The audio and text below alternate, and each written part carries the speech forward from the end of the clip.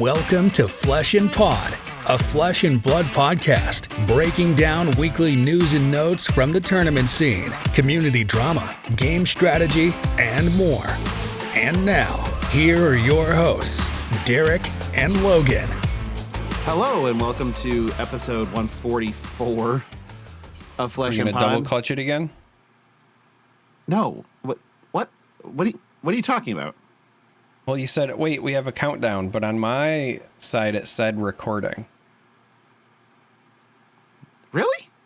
Yeah, well, you were like, hey, it says we have a countdown, and my thing just straight up said recording. So if you're listening and you heard us do like a mini weird, okay, wait, no, okay, wait, no. It's just the new intro we've been practicing. We were trying to figure out how we could get FAP edging to work, and this is our first pass, our first go at it. Yeah, you'll need to tell us how we did.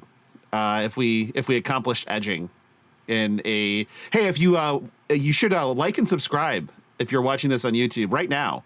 That was within the first minute. I don't know. That's gonna be really close. But I didn't drop any F-bombs. No, I mean, like, they say the algorithm, you need to tell people to like and subscribe within like first 30 seconds. And I didn't, because we were talking about edging, and that just completely threw me. So, yeah, I've been intending to say that for the last 5 weeks and have not said it at all in the intro, period. Yeah. Because why would I be good at this? I've only done this for 144 weeks plus any guest spots I've done on people's shit. So why would I be good at this?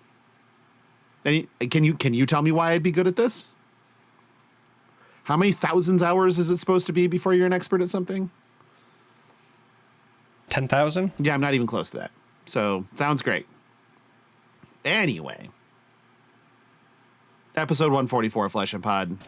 I am Logan. I am your host. With me, as always, is the Numbers and Names Win Games award for Best in Business with Stressmer tonight.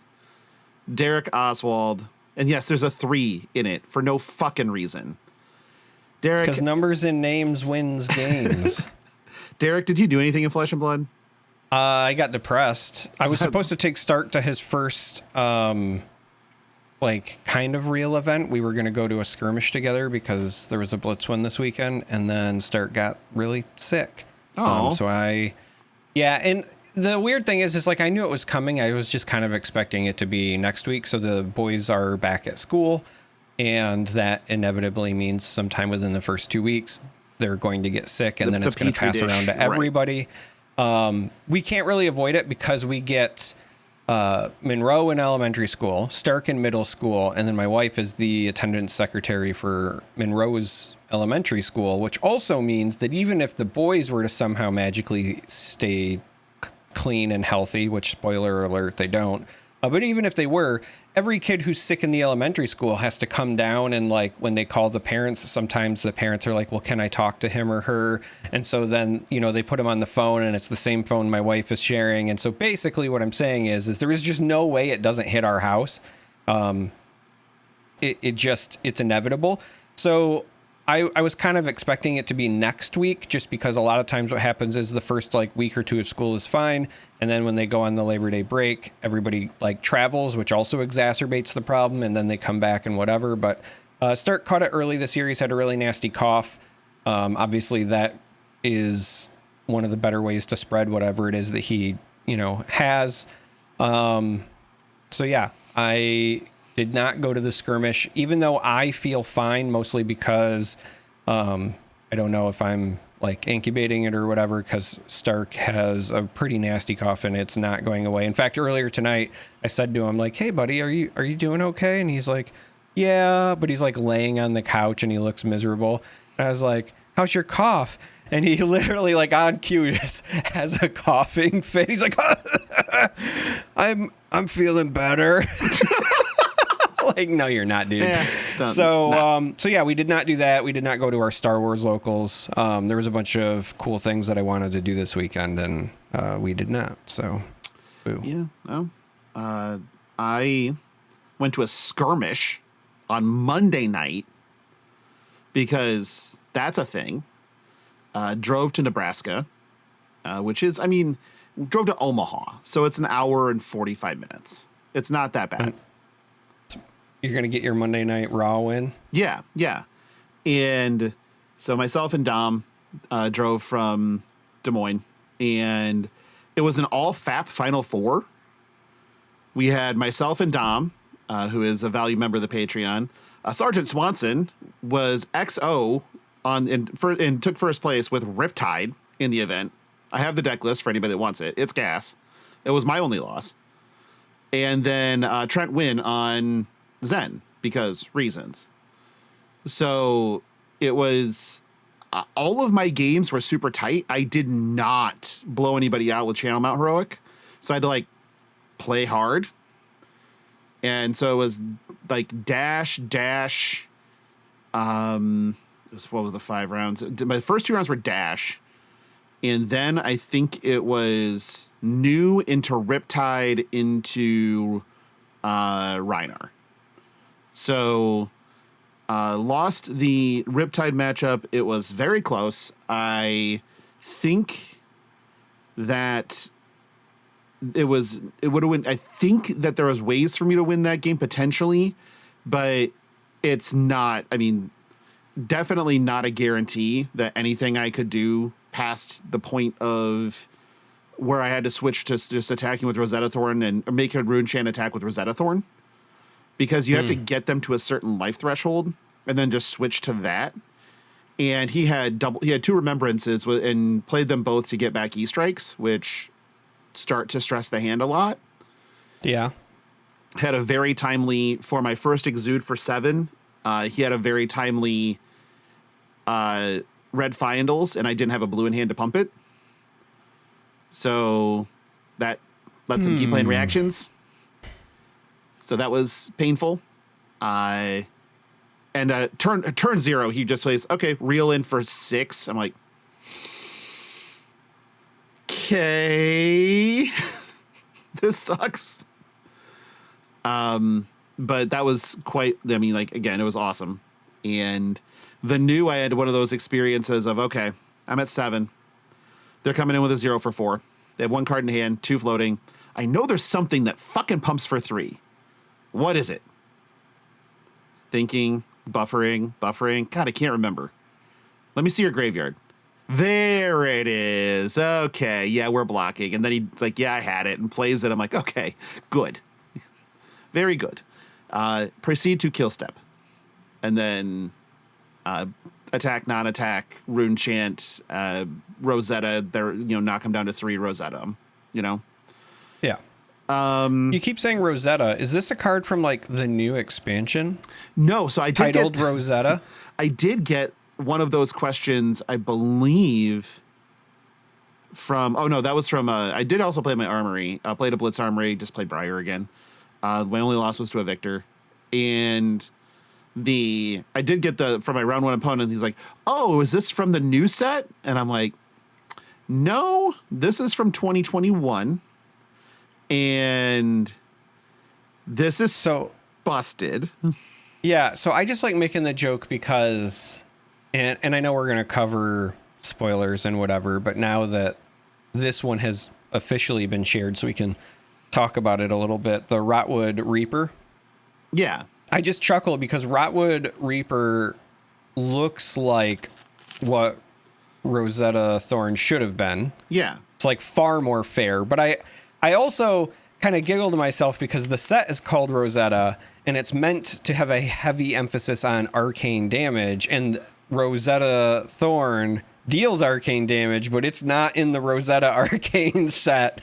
No. Instead, we get fixed Rotwood Reaper. So every time I see the new Reaper, I kind of chuckle when I think about that. And then you kept saying Rosetta, and I'm like, oh, yeah. Yeah. It's not in that set. Not in that set. It's not even remotely. But we did have one premiere event this weekend, and that was Battle Hardened Lisbon. So we're hanging out in Portugal. It was won by Jose Antonio del Hoya Coenda on Enigma, which is interesting in and of itself. Top 8 was 2 Kano, 1 KO, 2 Azalea, 2 Enigma, and only 1 Zen. So, okay. That's different. I like different. I like Enigma showing up. I mean, I don't like Enigma showing up, but I like Enigma showing up. It's interesting that Enigma was showing up when there were, like, Kanos, too. Right. And, I mean, we know that there's some regionality when it comes to a lot of these types of events where Lisbon's going to look different than Sao Paulo. Sao Paulo is going to look different than Osaka. Osaka is going to look different than Florence. Florence is going to look different than Los Angeles. And Los Angeles is actually probably going to look somewhat different to Florida. You know, it's just there's some regional types of things that happen. Like Battle Hard Milwaukee is at the end of September. # no free ads. It's probably, it's going to be different already because of Rosetta. But even then, you'd probably have a different look than if you had a Battle Hardened in Seattle, potentially. So I think there's some regional flavor to some of this. It's not surprising that in Lisbon, you're going to see Kanos and Azaleas and Enigmas. Because if you're thinking stylistically, those do make sense.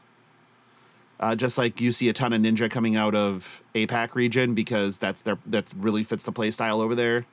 Is Dash and Ninja. I think that's a fair way to put it, actually. I think Dash qualifies as a ninja. Yeah. Dash is effectively a ninja.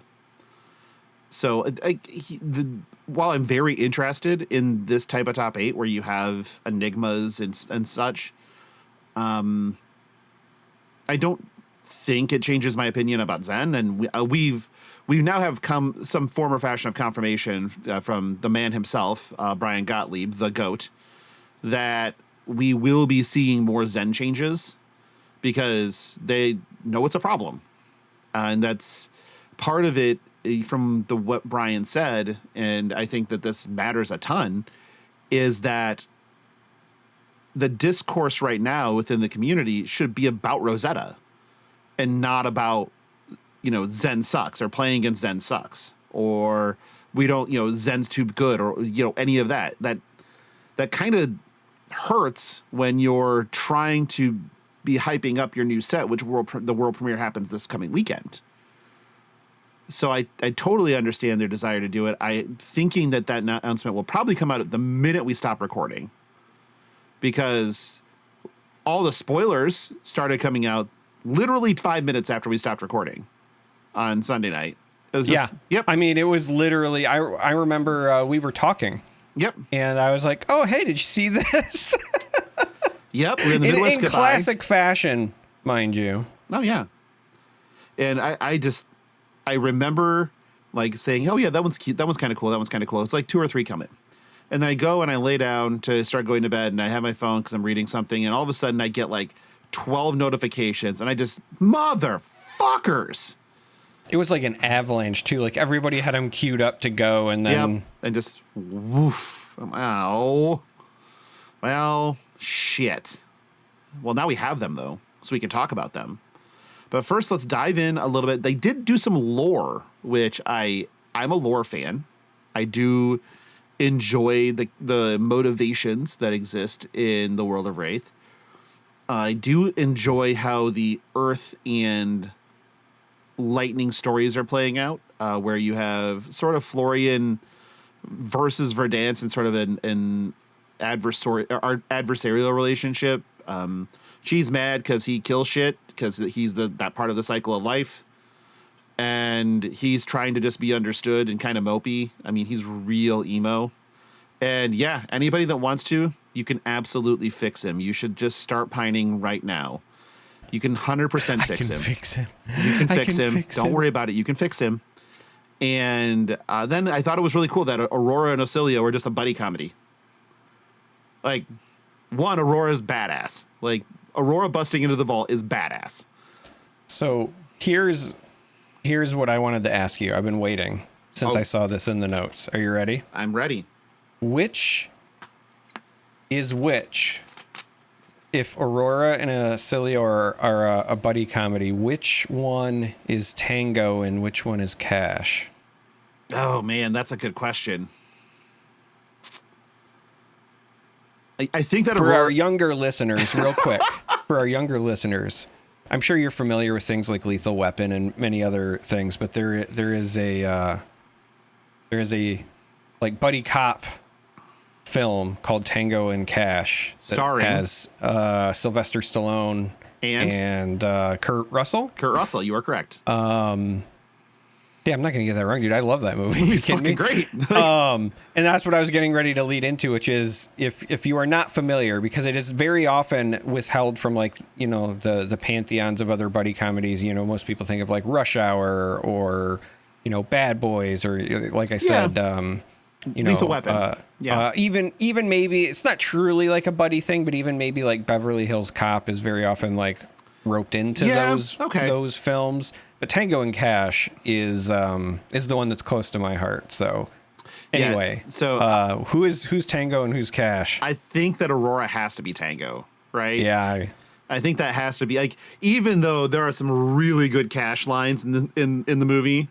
So Cash is Stallone, correct? If I remember correctly. Stallone is Tango. Yep. And so there's Stallone's line. So Tango has some insane lines in the movie, including when somebody's like, you know, he busts in there like Rambo, and he just goes, "Rambo's a pussy," and it's just like, what the fuck? Yeah.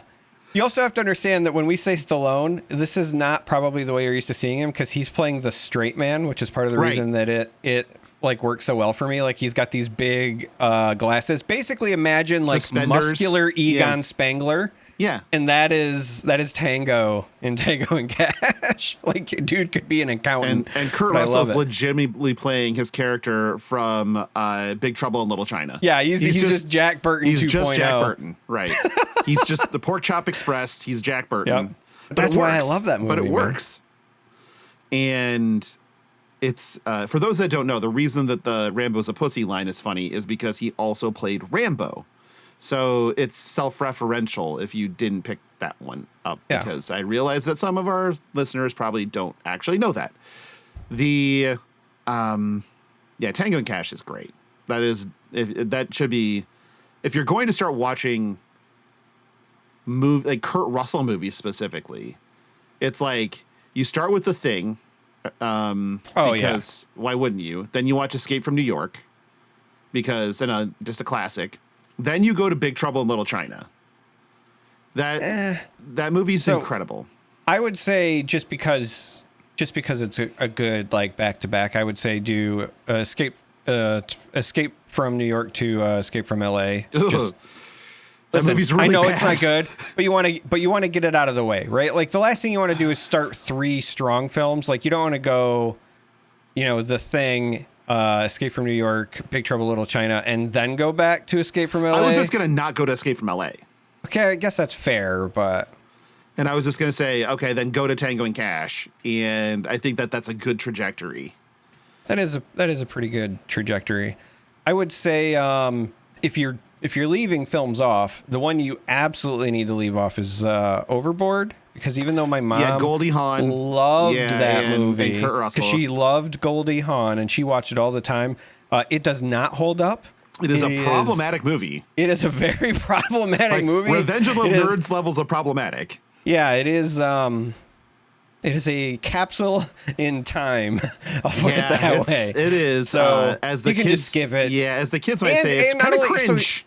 Here's the thing. Not only is it like problematic, it's also just like not bad, funny. Yeah. Like, it's not good. You can also go and watch Sky High though, which I like Sky High. It's campy and corny, but has Bruce Campbell. So does Escape from LA, but it does not save the movie. He's the Surgeon General of Beverly Hills. You know what else you need to have on there? Like, I would say probably immediately after Tango and Cash, Tombstone. Oh, gotta have Tombstone. Tombstone's so good. That is such a whiplash moment, though. Like, yeah, it is. No, you 100% should watch Tombstone.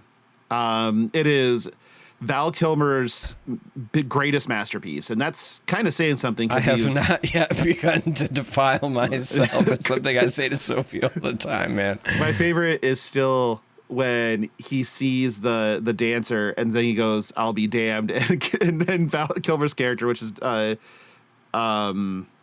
Holliday, right? Is just like, "You may indeed, sir, if you are lucky." Or when he's drunk as shit, just out in a gunfight, and the guy's like, "Look at him! He can barely hold up his gun. He's so drunk. I have 2 guns, one for each of you, because he has double vision. He can't see seeing 2 of the same guy." Wait, is it? You said Doc Holliday. I thought that was. I thought that's who Val was. Yeah, Val Kilmer is Doc Holliday. Oh, okay, so Yeah. you were still talking about him. I was like, no, that's Val Kilmer. He's No, Doc Val is Holiday. Doc Holliday. Okay. Kurt Russell's Whiter. Yep. Yeah.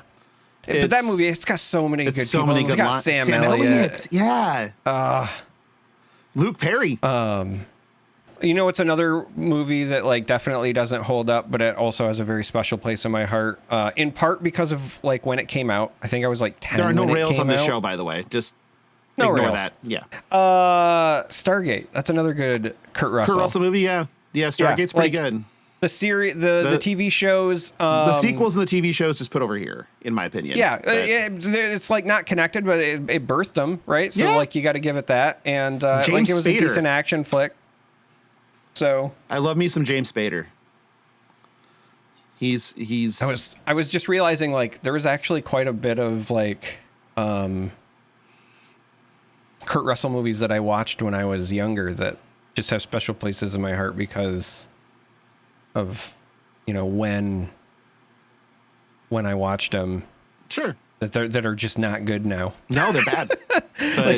I'm trying to be nice about it, but they're just they don't hold up as much. Your 4-movie arc for Val Kilmer is just you start with Top Secret, you start with Top Secret, then go to Real Genius, then go to Top Gun, which is just a complete 180, and then into Tombstone.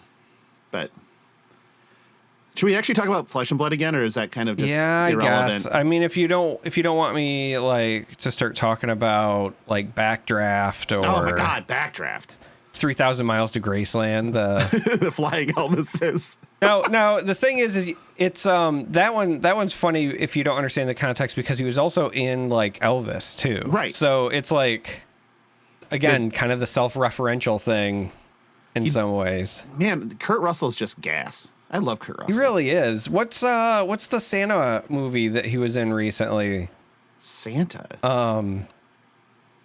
Yeah, it's on Netflix or something. It's not Violent Night. That's David Harbour. Though that movie's fantastic. Great. That's on my yearly Christmas movie watch now. That is a top 5 Christmas movie. But no, he did one where he was a non-traditional Saint Nick or whatever, and my kids love it. So yeah, I don't know that one. Because again, he's just gas. He's just gas. I love Kurt Russell. He's also Ego in Guardians of the Galaxy. Yep. So I guess we can talk about Flesh and Blood again. That was a solid 13 minutes of not Flesh and Blood, which listen, I don't care. It's Flesh and Blood related because Kurt Russell is going to play adult Florian in the movie. No. That's a Timothy Chalamet role if there ever was one. Mm-hmm. He's the young one. The old one is Adrien Brody. Sorry. Oh wow, Adrien Brody. Yeah. Man, that guy had one. Let's not. What are you talking about? The piano is really just the only thing. No, man, I like that Predator movie that he's in. Ugh. Yep, I'm sorry. Topher Grace. God. All of it. Yep, I love it. That's my kind of cheese. The pianist, right? Yeah, I think it's the pianist. The pianist, yeah. So yes, Rosetta spoilers happened directly when we stopped recording.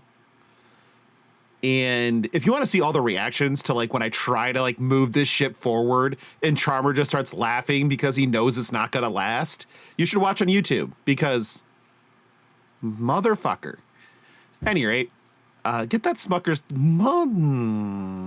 I'm looking at the show notes right now. I'm sure you are. Okay, I am.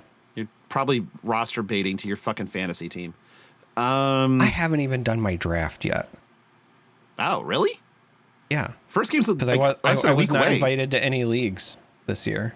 Oh, no. Yeah. Awkward. So we're going to like kind of just hop around a little bit. So first thing we're going to start with is the token weapons that we did not talk about last week. So we've already talked about Starfall, and we've already talked about whatever the stupid fucking weapon is for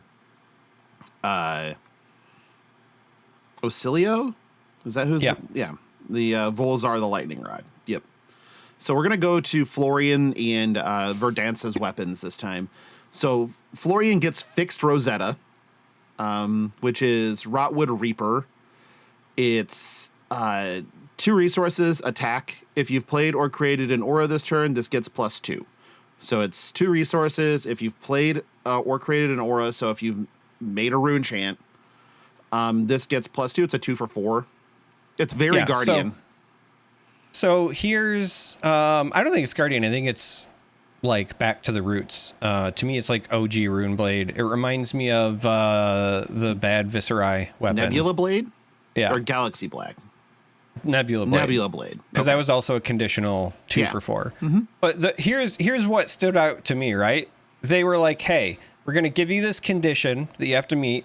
So it's either 2 or it's 2 plus 2. But this time the 2 plus 2 is all physical, not 2 None of this and bullshit. 2. Right. And it doesn't cost 1. And you have to create an aura, which again, reasonably is easy to do, but it does provide additional deck building constraints. There are less things that just outright make auras than there are just non-attack actions. So overall, this is what I would describe as like the fair Rosetta Thorn, because it is far more in line. Also, I find it kind of funny that, again, in Aria, Rosetta Thorn specifically didn't just deal 1 arcane damage, did 2 arcane damage in a set where in Limited, the only AB in the entire format was a legendary chest piece. And now in this set that's supposed to be like an emphasis on arcane and there's a bunch of ways to prevent it, they're like, well, it'll just do physical. Yeah. Like, we don't want to deal with this again. Yeah. No. Nope. And, if you think about it, it's... Yeah, that was definitely a design flaw. And the reason that in Limited, you often saw a lot of Briars in Sealed specifically, just doing Briar things. Now, there were reasons to play the other classes. I've actually dealt more damage in one turn with Lexi than anything else. And Oldham, sometimes you just open Winter's Wail. That's it. Send tweet. Yep. That was good enough. And, but yeah, this is more fair, which is a good thing. We like fair.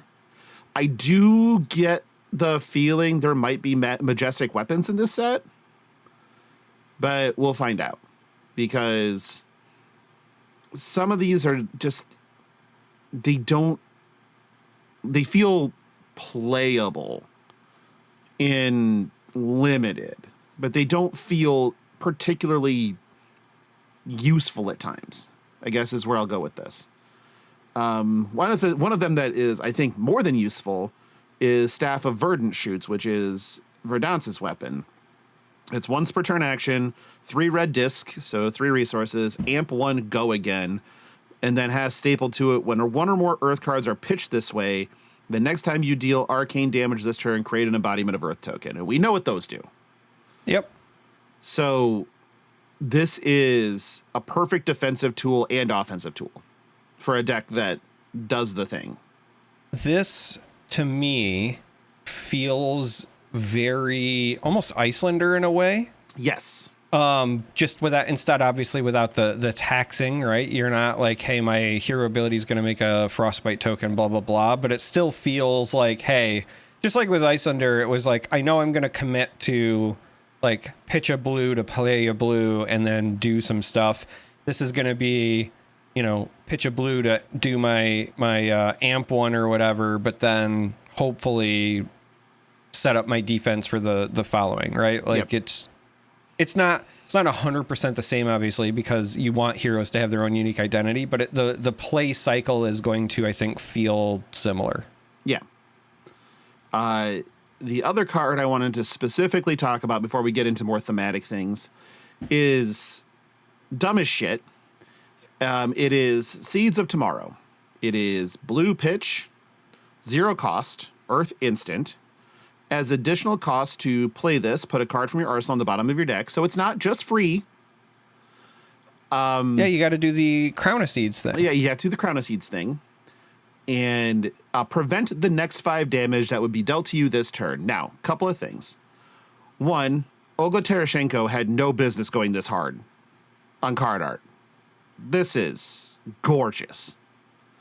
2, fuck. It's not the next 5 damage from one source. It's not the next 5 from a target. It's just the next 5. So if there's 5 rune chants, you have those. It's Jesus. What the fuck? That was my reaction to this card. Yeah. Did you have a reaction to this card? Yeah. I didn't want it to be a real thing, because here's the thing. Not only is it the next 5, so one, this already pitches for a blue, and it's an earth. So if you're using this instead of playing it, for example, to pitch for the weapon that we just saw, right? It's a great way to pitch an earth and turn on the Verdansk weapon, or any other things. Like, that's already a bonus. Yes, it doesn't block. Like, that's the one downside. It doesn't block by itself, and it does have that additional cost, but it does inherently cost 0. So it's really, one way to think of it is this is almost like an E-strike, but defensively, in that you are paying a card to do the things. Like, E-strike is you pay a card from your hand, regardless of pitch value, to do the E-strike. This is you pay the card from your arsenal, regardless of what it is, to do the thing. Just like with E-strike is very often like 5 with Go Again. This is just a block 5, but it's a blanket. So kind of got Go Again because it could block 3 and then block the next 2, or 5 instances of 1. Laughs at Kodachis, plus there's, head jabs, whatever. So it's very multifaceted, but part of the big reason I didn't want this to exist is on top of all those things, because it's prevention, it's going to turn off on-hit effects. And as somebody who plays a lot of Assassin and Guardian, my entire class identity is all based around on-hit effects. Like, let's be honest, right? I like the disruptive elements in both those classes, but they require you to hit. Also, because it's an instant, it gets around Dominate, it gets around Overpower. Because it is just blanket damage prevention, it stops arcane damage as well. So it's going to be very versatile, and the kind of card that you are encouraged to play regardless of matchup. So that's, as weird as it sounds, that's, I think, one of the other reasons that scares me, is because it's the decks that want to run this, it's not going to be like, well, maybe I ran into a list that's not running it. The decks that want to run this are going to run this, just full stop. It will be in the list. Yeah. And so that was my reaction, was I just didn't want it to be a thing. And it is. It definitely is, though. Yeah. But I like, it is interesting. And again, this might be some Josh Scott work, but with damage can't be prevented. Is this, does 1 damage eat all 5, or does it only eat 1? Because it just attempts to prevent the 1. I don't know. So this is some Josh Scott work that we'll have in a couple weeks to get through. But so again, it's not like a ward or whatever, where it's like, if you would be dealt damage, prevent forward, whatever. Right. This just says prevent the next 5, not the next time you are dealt damage, prevent 5 of it. It is prevent the next 5. So. Right. But if a damage can't be prevented, it would still be a damage.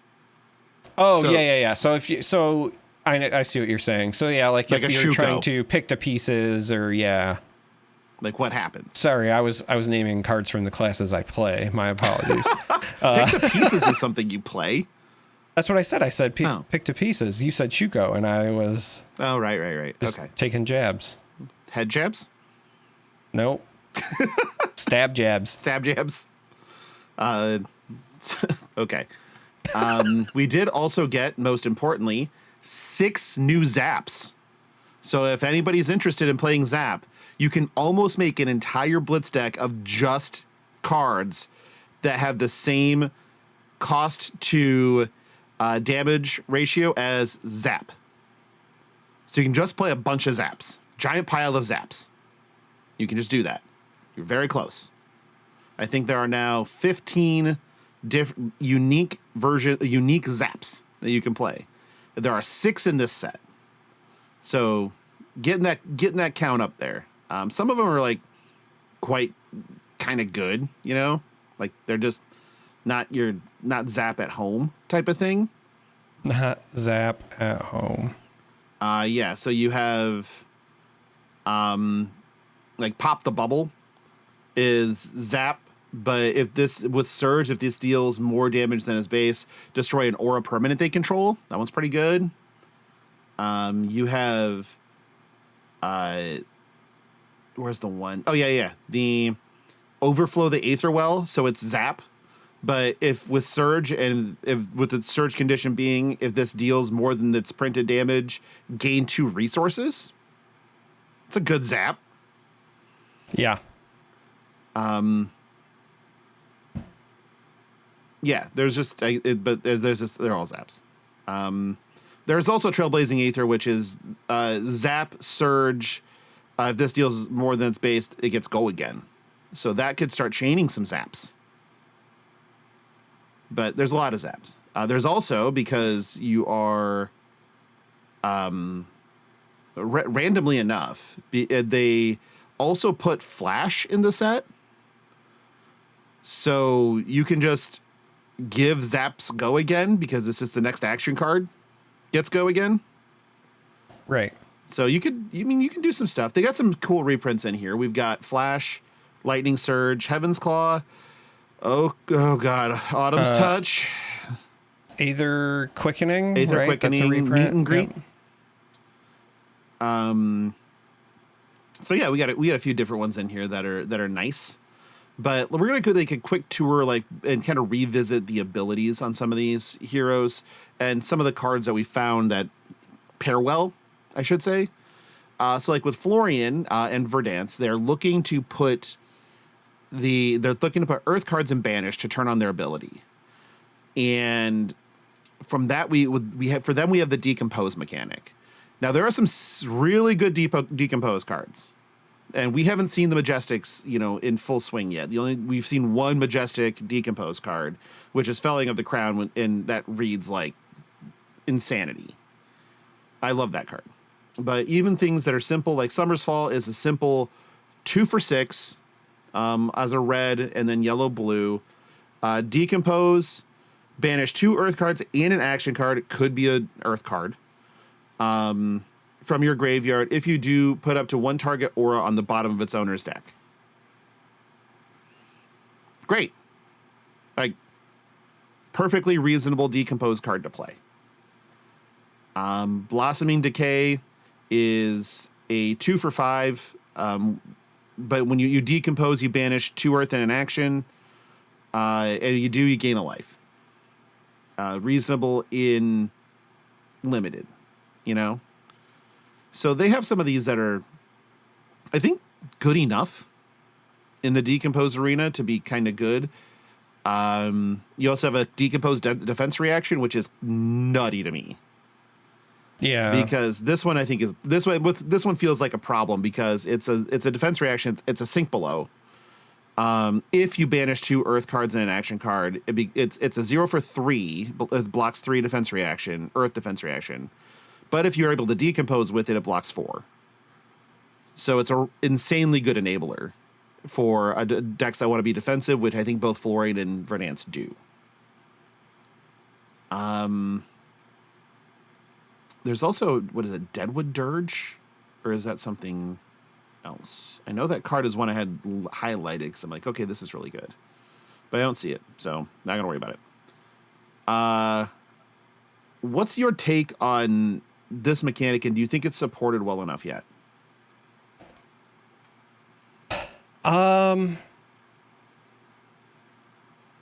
So my initial thought is that I think it's supported well enough just by the existence of the two Earth heroes, right? Sure. The decompose part, even if there's not enough to like have too much of like a specific focus on it, they've basically set it up so like if you do it, what is it, twice in limited,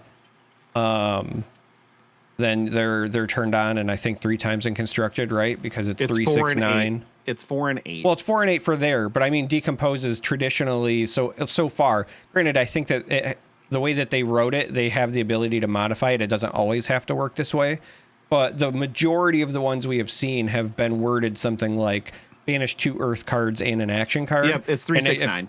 Right, and so if you assume that action card just happens to also be an Earth card, then you 3, 6, 9. So you'd have to do it three times hitting. You know, I guess even if you do 3, 6, then the last one you don't even have to hit an Earth action card. You can just hit your 2 Earth cards. But just the existence of the heroes, I think, makes it supported enough. I also personally really like it because I think one of the more interesting things about the design of Levia as a hero is the fact that she cared so much about what's going into and then out of her discard zone, right, with the banishing. She was a brute, but she was also like almost like an ebb and a flow.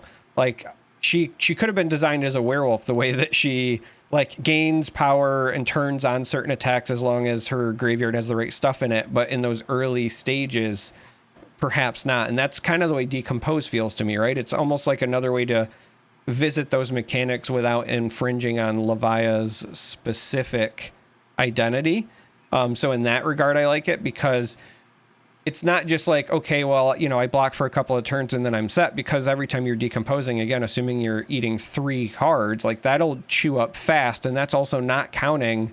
And this is one of the interesting bits that I'm waiting for, is whether or not there are things that allow you to banish from your opponent's discard pile, and how does that work in response, right? Because like Felling of the Crown, for example, I believe is worded when this attacks, not when this is played. So I feel like, in theory, if somebody announces that and you could at instant speed banish a card that they wanted to use to decompose, you should be able to deny it, I think. We'll have to ask Josh, but I think that would also open up a lot of really interesting interplay. Obviously, I would like to see more of it on both ends, but I think that there's probably enough. But I do just like the overall design.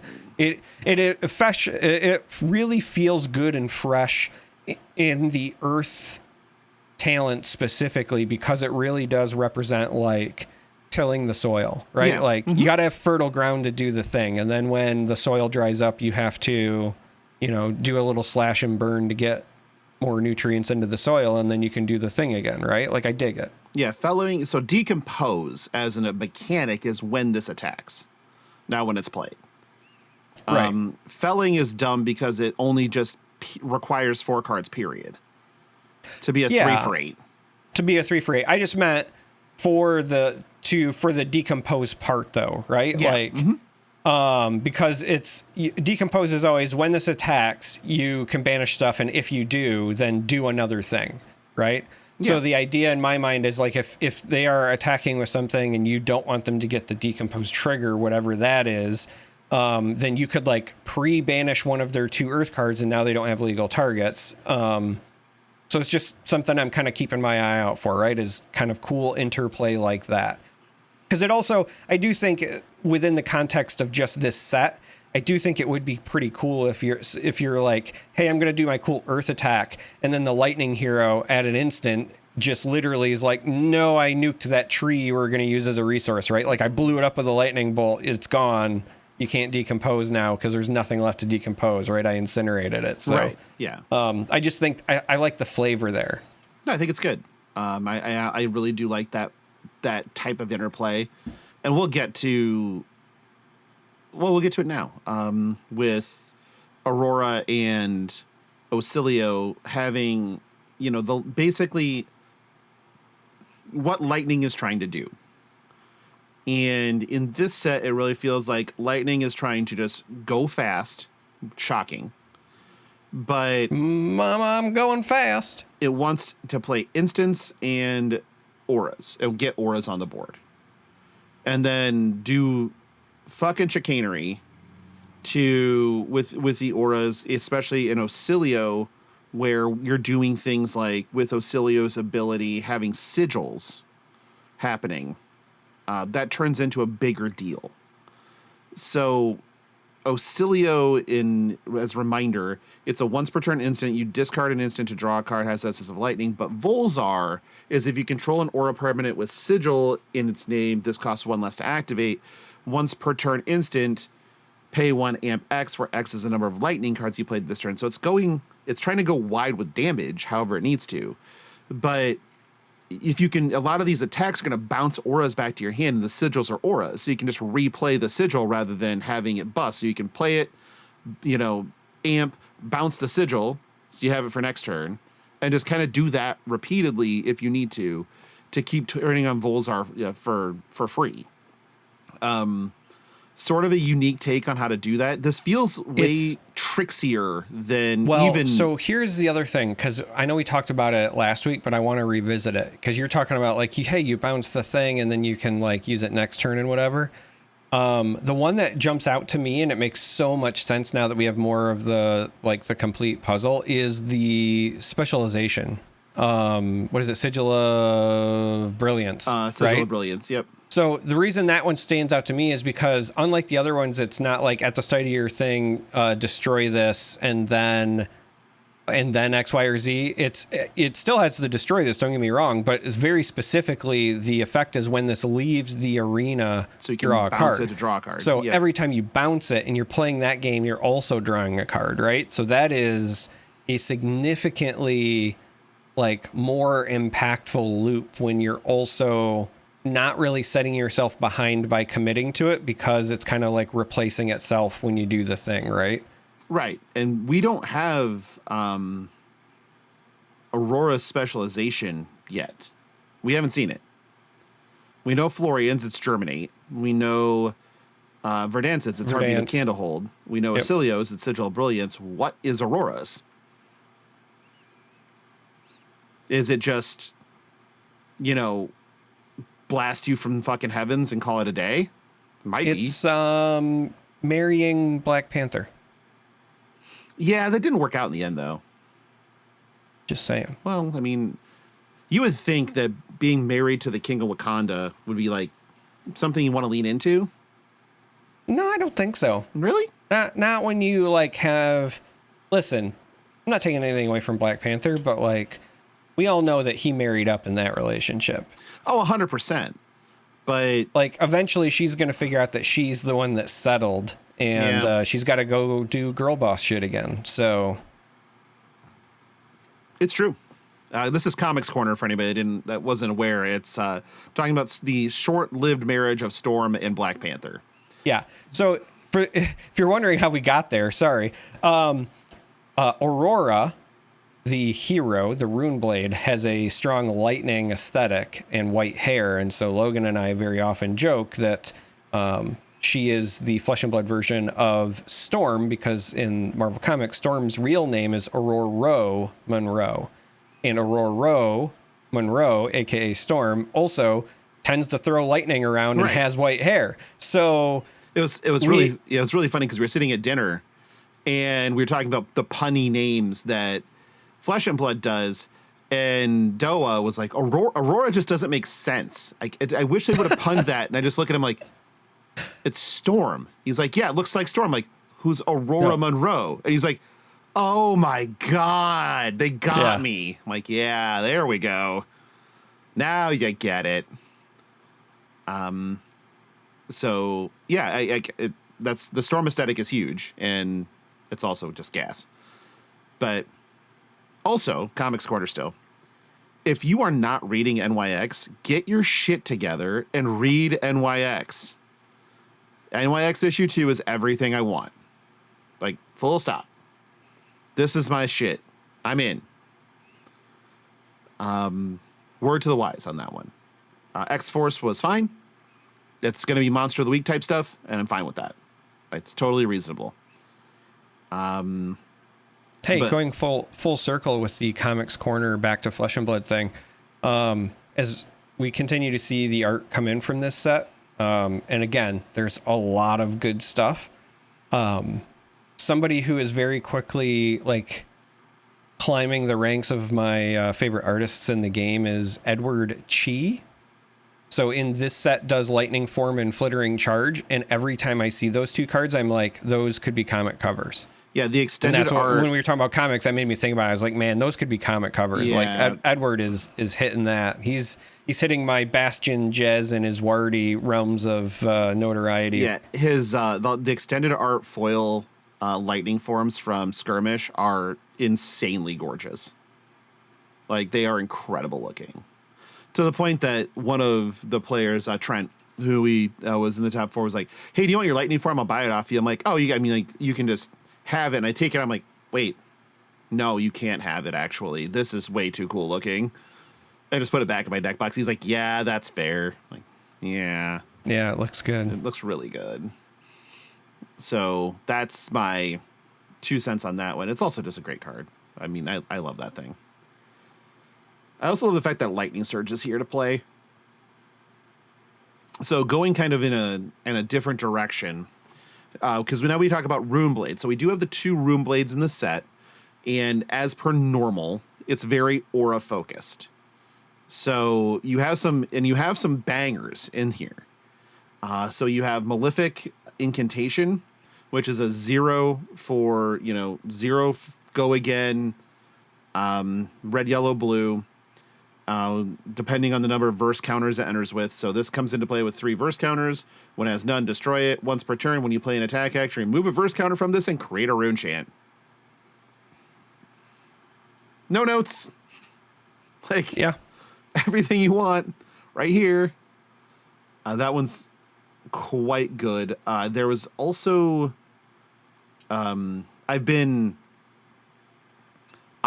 asked, well, I've seen on Twitter, there is a poll out there that Arcane Cussing needs to be renamed.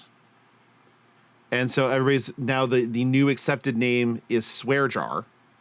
Why are people saying that it needs to be renamed? I mean, Swear Jar is a great one. Swear Jar is a great art. name, but I think it was a Mansan, good friend of ours in the show, despises the word cussing.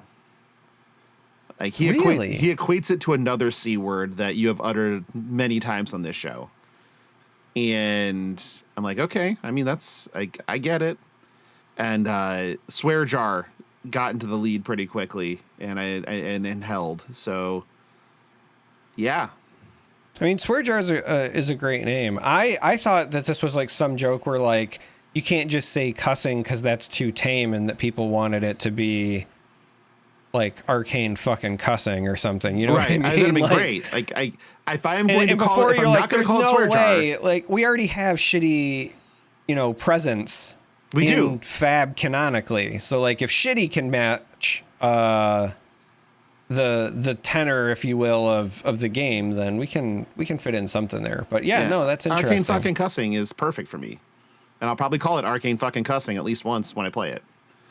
But so Arcane Cussing is actually good, because especially in the Aurora type builds, because of the bounce mechanics with sigils and lightning, or with auras and lightning, because this is 1 cost go again.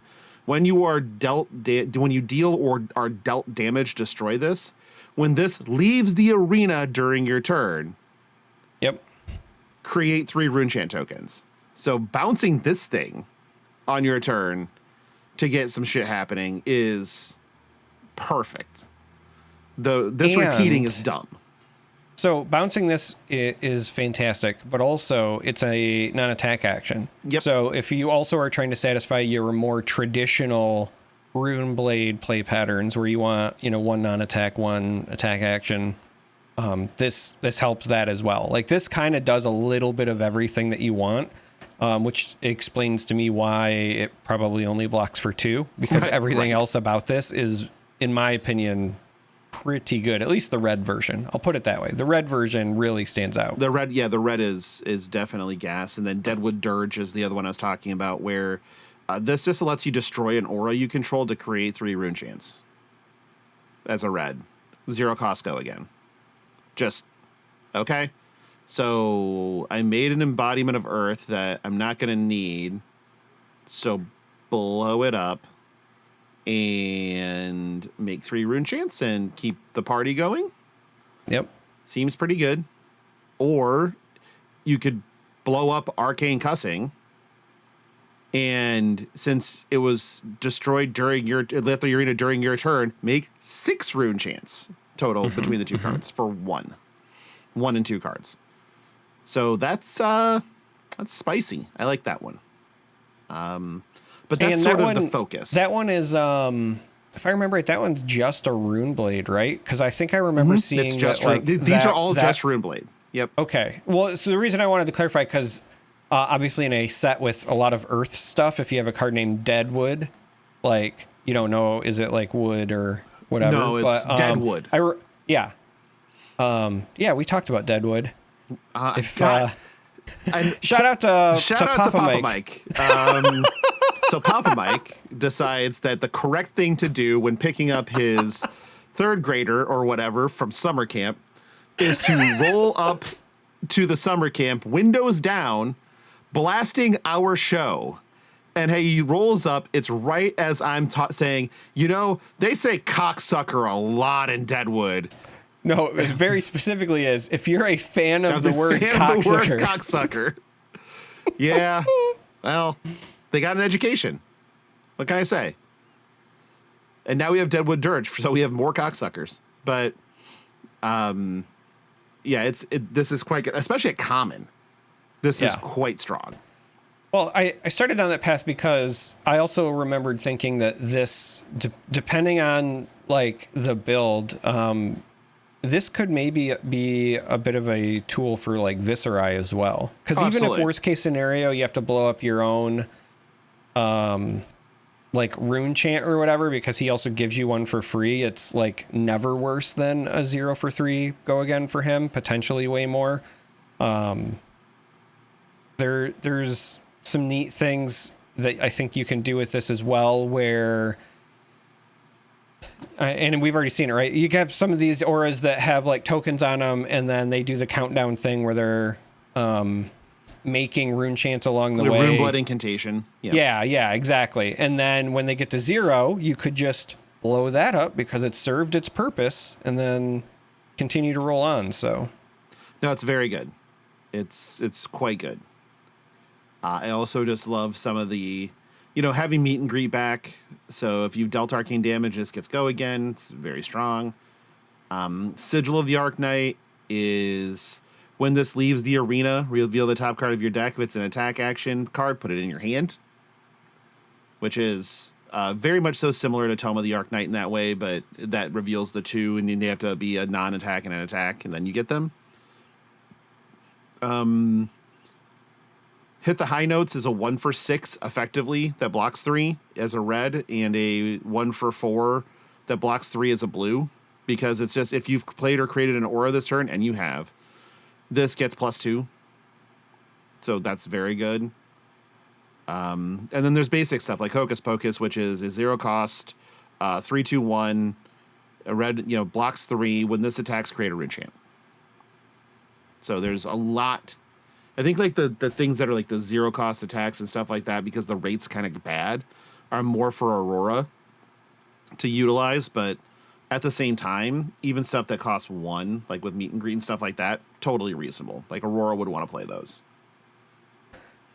Also, while we're talking about equipment stuff, and I know it's not Runeblade, but as I look on Fabrary, it's like right after the Runeblade stuff. Can I just say how much I really liked the art for Inclined Cloak and Hold Focus? And I really hope, great. I really hope that somebody tries to put that costume together as cosplay, because I think if somebody far more talented than me did the actual like embroidery stuff, like that's gonna look so good. Yeah. Did you see that there are some fuckers out there in the social media landscape trying to say that cosplay is not content creation? Well, they just don't understand it. They're the same people who think that, casting is easy. They're the same people who think that card games like this are pay to win because, if you've got the best cards and the best decks, then it's significantly easier to win as opposed to, just like outskilling your opponent and blah. Like all it comes down to is it's not even like, it's just ignorance. They don't have the proper information to say something. I was actually, this plays into a greater thing. I gave Stark his first, here's your first, real man advice. He was having a conversation with Sophie and he decided to say something with his full chest that was just outright wrong. Oh. And I said, Stark, I am going to teach you a phrase that will serve you well for the rest of your life. There will be people who will shy away from this phrase. There will be people who look at you weird when you say this, but I'm promising you your life will be significantly better if you just understand that it's okay to do this. And that was say the words, I don't know enough about that to have an opinion. That's the one. We, I think, are conditioned, especially with the constant exposure to just everything with the internet, to always feel like we have to be an expert on things. And here's the thing. I don't even pretend to be an expert on cosplay. I know that there's a lot that I don't know. My, Jahari window has a lot in that fourth quadrant when it comes to cosplay.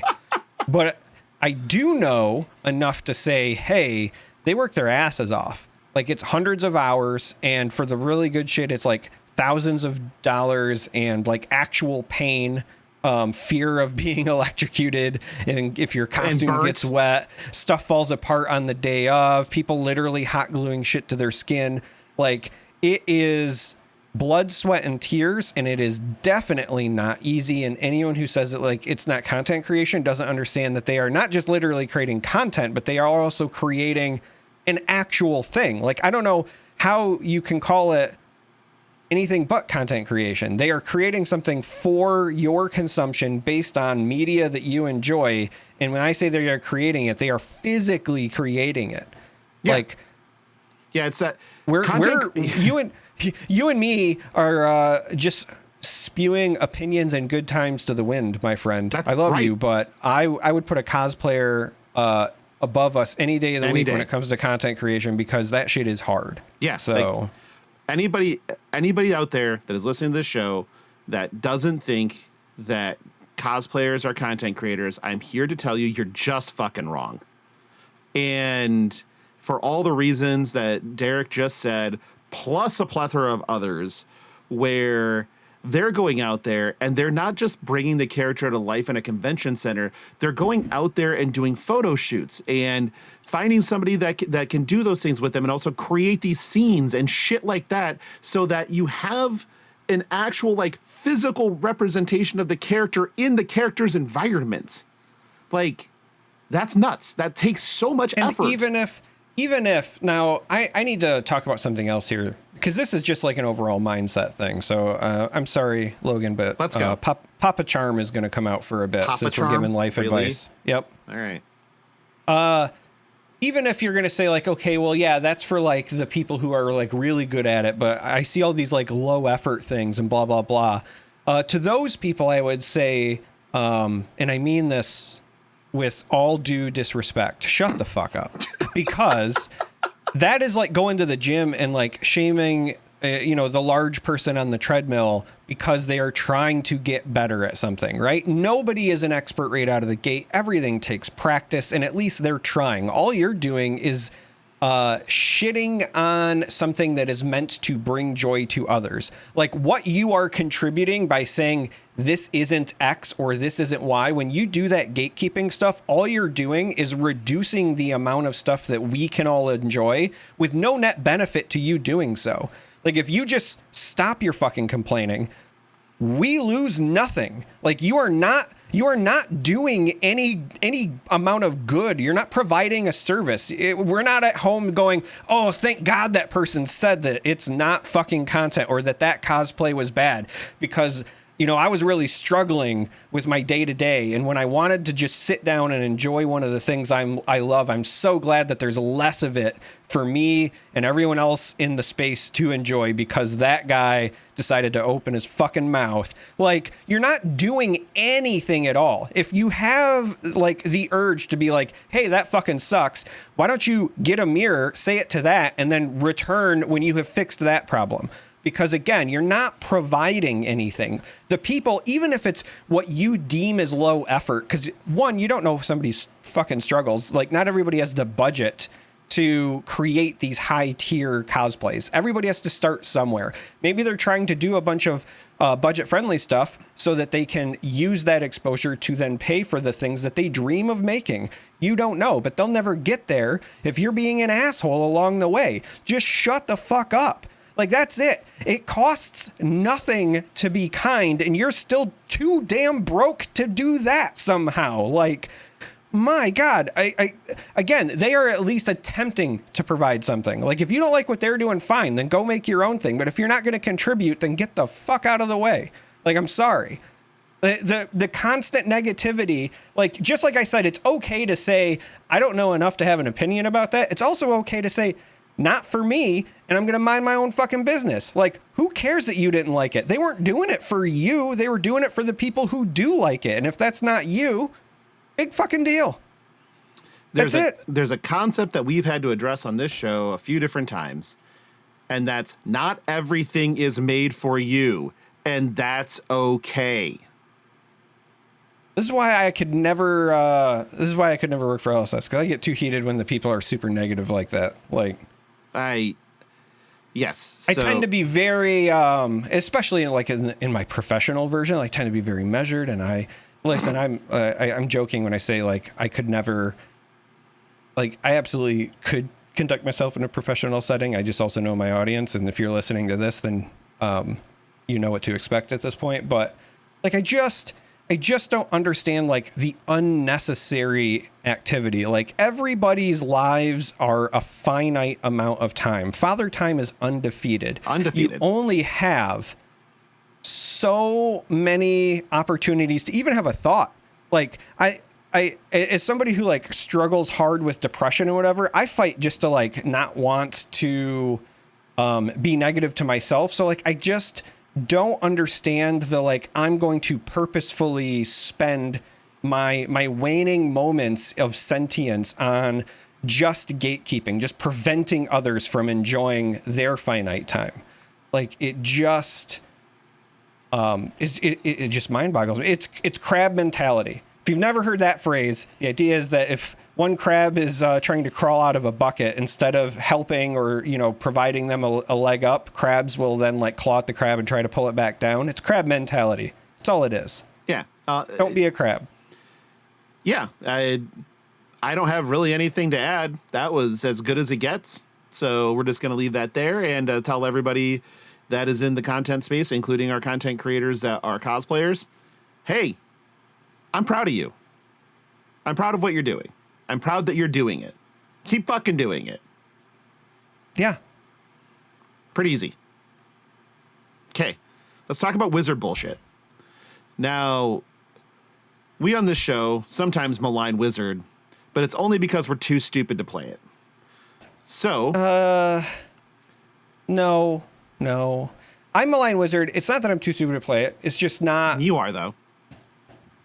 It's just not my preferred class at the moment. I understand the appeal. I malign it for the same reason, if I'm being honest, that I malign illusionists.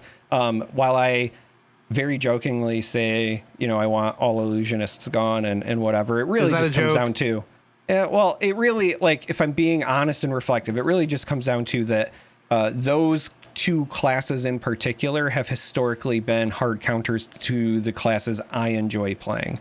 So disruptive assassins, guardians, whatever, have historically not been very good into illusionists and into wizards because they go boom in different ways. One goes boom and has like a million things that you can't get rid of, and the other goes boom, you're dead. So yeah, that's accurate. So amidst the field of zaps that exist in this, it Surge is the big mechanic for wizards in this one. So it's a whole bunch of Surge. We have really one card that doesn't have Surge stapled to it, and it's kind of a good one, I think. But it's Chorus of the Amphitheater. It costs 2 for 4 arcane damage as a red, and then 3 as a yellow, 2 as a blue. It only blocks 2, which isn't great, but most-time Wizard's not really interested in blocking much. But it also stapled to it instant, discard this. If an action or instant you control would deal arcane damage this turn, instead it deals that much +1. So it enables the Surge mechanic if they're letting arcane through. So it's a very good enabler in this set, and I think that's really what it's meant to be. Yeah. I do think that that you're right, that's like meant to be an enabler. I do think that there's also some really interesting other ways that they're trying to enable some of the Surge stuff. When I think about like arcane twinning, right, where you can discard to amp as an instant and do some of those things just to try to get the Surge off.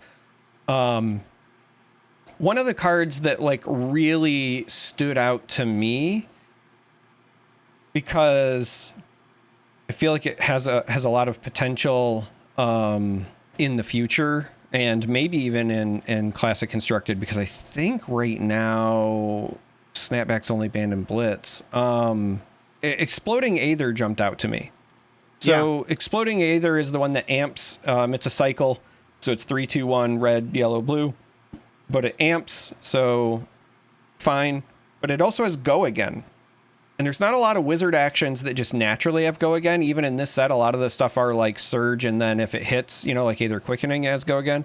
So for me, Exploding Aether stood out because of cards like Snapback and Chain Lightning, where they require you to have played a wizard action, and then you can play them as instants. But this gives you a way to set that up without losing your action point, and without committing something like a Stormstriders or whatever. So when I saw Exploding Aether, I was like really intrigued by it. And I think it's a card that, even if it doesn't make a big splash now, has a lot of potential in the long run, because it is so unique in that it's a wizard action with Go Again. Like, I feel like that's at some point going to be an enabler. And I'll also go as far as to say, I wonder if this at some point actually costed 1 and they moved it up to the 2 cost it has in testing, because I think at 1 it would have been like too good. It's definitely possible. And I don't know, like, especially with some of these cards that if you are able to get action points with them, thinking of like Overflow the Aetherwell or anything along those lines, which is the Surge gets 2 resources, like you can start doing some really crazy shit. You also just have some non-zaps, like you have Glyph Overlay, 1 cost, wizard action, deal X+3 as the red, then X+2, X+1 as yellow and blue. Arcane damage target hero, where X is the number of aura permanents you control with sigil in their name. And this has Surge if this deals more than 3 damage, 2 damage, 1 damage. Gain a health, then shuffle all permanents you control with sigil in their name into their owner's deck. So then you just kind of get to rebuy with it too. And you get a shuffle if that matters. So this one was like, oh, okay, that's also keep in mind when those shuffle in, if any of them, like the Auxilio specializations are saying, when this leaves the arena, shuffling in is leaving the arena. Sure is. Because it's not very, at least by itself, damage high, but because the Surge part also scales with the color, I suspect that the blue one will be pretty popular. At least in Constructed, if you are trying to go with that kind of sigil. 3. Yeah. Because all of them block 3, but having a blue block 3 that costs 1 and then potentially triggers a bunch of stuff and shuffles stuff back in for the long game. I just feel like that's a playable blue, right? Yeah. A lot of times when you're looking for your blues, you really just want like a blue block 3 that is situationally good. It doesn't have to be outstanding.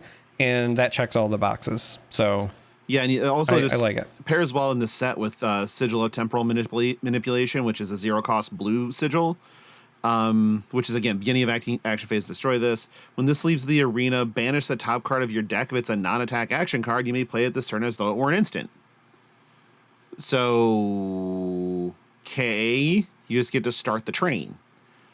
And Choo-choo. Let's say that, you do that. The card you banish off the top is Amp 3 card, it's Aether thing. You get to play that as an instant, then you gain your action point back from go again, and then you're able to blast again. Like, pretty good. Just blasting. It does kind of feel like maybe that the wizard specific cards feel more Ocilio than Verdance. But it's hard to know without playing it, I think that's going to be the neat thing about Verdance is that, at least in the early stages, it's going to be a bit of a puzzle for the ratios. Because I do see Verdance kind of dipping her toes in a couple of different deck possibilities. Could very much be almost like a Guardian that just also does damage eventually by staying alive. You could, I think, play her almost like a Bolander, right? She has a lot of like defensive Icelander stuff. But I could also see her splashing in more just straight wizard stuff, as like either finishers or just getting that chip damage in, so that then later on, as you commit these kind of like 4-card hands, like I think ultimately what you want to do with her, at least on the surface, obviously everything can change once the set comes out and play testing and whatever. But I think my initial reaction is, you want to get a lot of chip damage in as early as possible, because then eventually you can commit, 3 or 4 cards to defending / gaining health. And then as you're doing so, you're getting that damage in, right? Almost kind of Riptide-esque in some manners as well.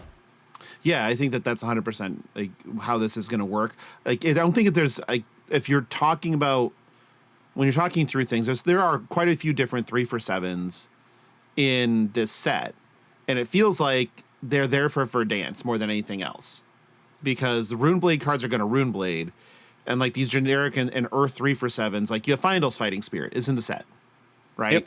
That feels like it's there for Verdance. It gains life, which is a big deal for her. So if you get to 3-for-7, gain 1, deal 1, sold. Like 9-point swings are good, right? And but that feels more Bolander-ish, Right. So I think you're 100% right with the defensive sort of game plan.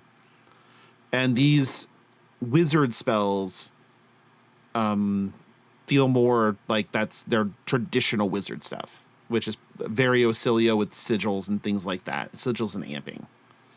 I can tell you that, like, I would be really happy to open an Ocilio pool during the world premiere portion of Tampa, just so I get a shot with it and to see what it does, in a low stakes sort of environment. I think that there's going to be a lot of defaulting to Florian and Verdance as being more defensive when it comes to the calling in Tampa, but we'll see. And then Aurora Go Fast Hurt, like try that if you have it. So I think the Ocilio is going to be the most interesting one to try to play in Tampa. That's my personal opinion. You want to do some listener questions? Feels like almost. I have 2 final questions for you. Because one, I didn't realize this when it was revealed because I wasn't paying attention to set numbers. What are your thoughts on the decision to make Regrowth / Shock appear in the expansion slot so that it's unplayable and limited for this set? Well, it would be unplayable anyway because it's an Earth Lightning card. There's no Earth Lightning heroes. Well, Starvo. He's not in this set. No, like Briar is your Earth Lightning hero. Right. But it's not, you put it in the expansion slot because it's a Briar / Starvo, sure, I guess / Starvo card. I guess what I'm saying is why this set when, what's the right way to put this?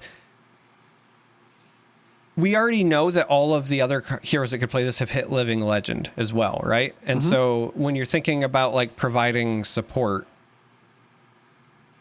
Oh, I get you. I just like why this set other than like it fits thematically. Yeah, so I think that there's two reasons. The first one is that it supports, like, they are going to continue printing support for Living Legend. They want to support Living Legend as a format. So they are going to print cards to support Living Legend. I think the other portion of it is we will be getting another Earth Lightning Runeblade at some point in time, or Earthlight, and it will be, there will be a Briar 2.0. Like, it will happen. It's just might not be super soon, but it might be sooner rather than later. You don't know. Or they print. Please don't reprint another fucking full elemental hero unless they literally don't have any other ability. If their entire thing is all the essences, then great. Like, fantastic. If their entire ability, if you staple anything else that is not a negative to that card, it's a mistake. That's my thought process. So I think that you could still do it. I think that the conditions have to be more difficult, though. So okay. I think so, like, because it was just a reveal and then you get this like insane bonus. Yep. I think that might be a bit too much. I feel like it needs to be something where it's not just revealed, but you have to like play something of each element, and then you get maybe a bonus on the last one that you play. God, that still seems like something I wouldn't want. Well, it's a lot harder to pull off because outside of the lightning, not a lot of that stuff has like natural go again, and assuming there's any pitch costs involved. Okay, so we're going to do something we haven't done in a while, which is we are going to read Bravo Star of the Show, because there may be people that have never dealt with this bullshit. Okay.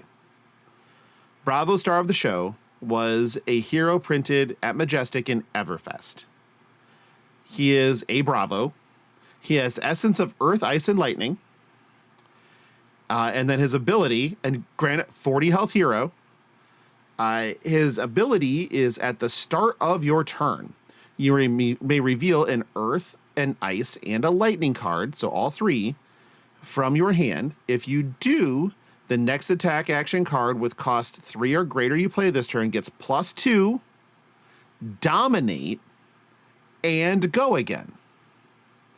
So if you're playing the casino build, which virtually everybody was, you could put the probability on this with just what was printed in Aria, nothing else, and playing just draft chaff bullshit at about 82% to hit. Plus you had a card named Crown of Seeds, which allowed you to pay a resource to ship your arsenal to the bottom of your deck and draw a card and prevent a damage. So you can make a hand, you'll pop Tunic, ship that card, give a 5-card hand, an extra shot at revealing, prevent a damage on their turn. If you pitched a blue, you could then activate your shield, because it played Rampart, to block with as well. So you're preventing 2. And then when your turn comes along, it's show all these cards. Even if it's a bad hand, it's like, okay, I guess I'm going to play this Autumn's Touch as a 3 for 9 Dominate Go again. And then behind it, I'm going to pitch my Ice card to attack with Winter's Wail for 4 on hit Frostbite. With an on hit. Those were your bad turns. Yeah. Those were the, well, I guess, turns. There were other turns that we will not speak of because they are very impolite. And I believe in polite company. Especially, even though a lot of people started getting rid of it, but in the early days, some of the most satisfying turns I ever had involve Awakening and also having the Starvo trigger. But yeah, those were satisfying turns, but it was win more. No, I don't think it was win more. The things that we need to talk about are the things we want to talk about are what Crippling Crush and Oakenold did. Those were the things that we don't want to talk about. Yeah. Because so the other question it's not safe before we're a safe for work podcast. Yeah, totally. The other question I have for you before we move on, because I haven't looked yet. Normally, every set I peruse social media. Has it been confirmed or denied if the cracked bobble has cracked more yet? It's healing. It's healing? It's going backwards? It's going backwards. I feel like that might be a statement about the world. It might be. We're healing. The world is healing. The world is healing. I'm in for that. I would like some healing in the world, to be honest. Then we don't have these shitty opinions about cosplayers not being fucking content creators. But, yeah, it's just it's healing. It looks pretty good, actually. It's looking strong.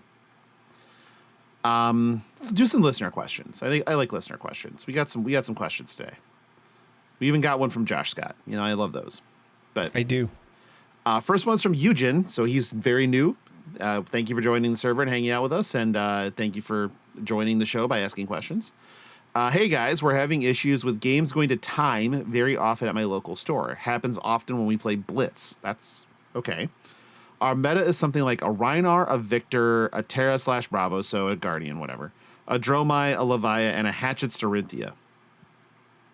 It's been this way for a couple months now, and since we are usually 8 for Armory, we have a weird standings at the end. No 3-0s happen often, and sometimes when 2 players have the same 2-0-1 standings, people get salty about who finishes first. Anything we could do to fix that other than just play Zen? Yes. It's add one more match and make them play for it. Like, that's what I would do. There is that. There are some other things. First of all, I don't think it's just play Zen, because there's plenty of other heroes not named Zen that also play faster. I will say, just based on that list, this does feel like it is a very specific problem because of this list, because it's like you have fest. Yeah. 2 Guardians. Levia, while she is certainly capable of explosive turns, again, usually you have some sort of setup before she can do it. Hatchet Storinthia is also not necessarily the same, right? Like, that's a grindy. Rhinar is going to be draw dependent. Like, you don't have anybody who's coming out blazing here to force an endgame state early. So it doesn't have to be Zen, but like, I'm looking at this and I'm like, okay, well, where's the Emperor? Where's Blaze? Where's Dash? Where is Arachne Solitary Confinement? Where's Briar? Right? Like, so that's one thing. But even with just this, there are other things you can do. So I suspect one of the problems that you're running into, this might not be correct, but it's just a suspicion I have, is that when you're not playing at the actual armory, if you're just like playing for fun, I wonder if people are, having a good time, enjoying the game like you do, chatty, casual, whatever. But I'm wondering if that's setting habits that is then making it difficult when the timer is on to complete, because it doesn't take much for these matchups, unfortunately, to go to time. And so if that's not something that you are thinking about from the get-go. So like I said, I've played a lot of Assassin, but I've also played a lot of Guardian. And so just as an example, right, if I'm playing a Guardian, let's say I'm on my Bravo, even if I'm playing an aggressive Bravo, Rainbow pummels the whatever. If I sit across from a Dromai, I know I'm going to have to pick up my pace of play, just full stop. And that's even if I know the other person is a great Dromai player, it's just one that's going to take a long time. There's a lot of bookkeeping for the heroes. There's a lot of bookkeeping. And there's not a lot of things that I can do as the Guardian player to speed it up. If I'm at something that's like a larger event, like a calling or whatever, it's even worse, because like I don't even know if they're, I don't want to say like a good or a bad Dromai player, but I'll say an experienced. I don't know if they're an experienced Dromai player, and I don't know if they know that they're going to also have to pick up their pace of play. It just happens. It happened, when Oldhim first came out. I used to talk about how, because again, I was still on Bravo at the time. The early Oldhims, people were just playing all defense really. Yep. And I would say that like that was always my biggest fear going to an event, is that Oldhim becomes in many ways almost like a suicide bomber for both players, because if you run into another Guardian in like round 2 of a tournament, in Flesh and Blood, you're punished if your losses happen earlier in the event, and if you draw, it's kind of like a double loss. I mean, it's not 100% like a double loss, but it's similar. So if you know that you're just going to run into the hyper defensive Oldhim, and you also know that as another Guardian player that you just don't have the capability to force an endgame fast enough, no matter how much you want to, the only thing you can do is pick up the pace of play. You got to go faster. That's it. And that takes practice, and that's it. Like it's ultimately what I'm trying to get to is, like I said, I suspect that the folks, when they're not playing for the actual armory results, but when they're just playing whatever, it's casual and they're not doing it with like a clock in mind. So I would just practice playing with a clock when it doesn't matter. Yep. And don't do it on Talishar. That's the other advice I would give. Oh my God. If a lot of these players are playing like in their free time on Talishar or something like that, as good as that is to help learn the game, as I mentioned before, some of these heroes have a lot of bookkeeping. Leviah is another great example, right? There's a big difference between playing Leviah on Talishar, where it's going to do the randomization for you, figure out what your blood debt is, do all of that stuff, versus when you play her in person and then you play a thing and then you have to fan out, your discard pile. You got to roll a die to randomize it. And you might have to do it 2 or 3 times to pick different cards. If you've got 5 cards in the discard pile and you roll a die and you hit 6 a couple of times, because then you have to re-roll suddenly, like that eats up the clock. All that stuff adds up, going back to count how much blood debt, blah, blah, blah. So if you're not doing this practice with the clock in mind and also physically going through the motions, you're never going to have a good gauge. So I would also say, when you are doing this practice for the clock stuff, just don't do it on Talishar, and always do it like with the intentionality of like, I'm paying attention to the clock. Yep. Do it live. Yep. Yeah. All right. I got nothing else for that. Next question is from Dom. No spoiler, Riot? Okay. Well, Riot doesn't give me spoilers anymore because Legends of Runeterra has moved to mostly supporting their deck builder PvE experience, and they don't really do spoilers to creators like they used to. So yeah, no spoiler from Riot. You did hear that correctly. Good job. Exactly. I don't have anything else for that one. Ready to move on? Yeah, I got you covered. Okay, cool. Next one's from Vintox. Why are all spell swords opera singers? Why wouldn't they be? I mean, you have to have a lot of projection to be an opera singer, and you have to have a lot of wind, because, opera takes a lot out of you, especially because you're acting while you're belting. And a lot of times there's also swordplay involved. I mean, just flight of, the ring cycle from Wagner alone. And so I don't see why they wouldn't be opera singers, because that was going to train their lungs for casting spells while fighting. That makes total sense to me. Sorry, whenever I play a spell sword, they are exclusively a battle rapper. Same thing. I want to drop a diss track while I'm dropping these scimitars on you. To catch my drift. Really struck a chord with that one, and it's only A minor. But good enough. I'm fine with that one. Next one's from Joshua Scott, good friend. Going to be on the show in a couple weeks to call us idiots. With Transcend cards behind us and the advent of split cards on the horizon, what other wild card game mechanics would you want to see in future Flesh and Blood sets? Cook first.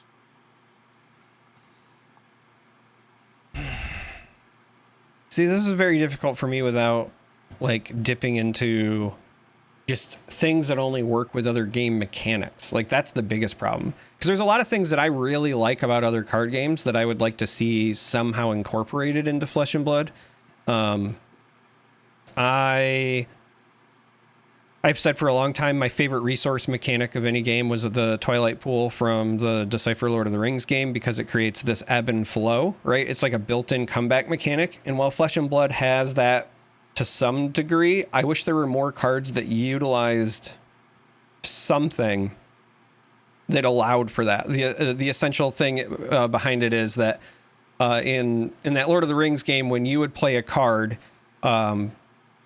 if you're the active player and you were playing your fellowship turn, you would play a card and then it would add to what was called the Twilight Pool. And then when the opposing player would play cards against you, that was how they paid for it, right? So there was no like pitch, there was no lands or whatever. It was literally like, I get to do on my turn something that is roughly equal to whatever my opponent is doing. Hopefully, when the game is balanced, I'll put it that way. It wasn't always balanced, by the way. Wasn't always balanced. That's a different story for another time.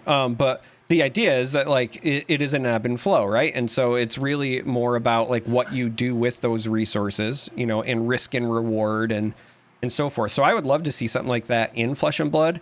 I would like to see it maybe done with the monetary tokens, just so that you can utilize already existing in-game mechanics. So like we already have a wager, but if there was a way to scale that also into like, hey,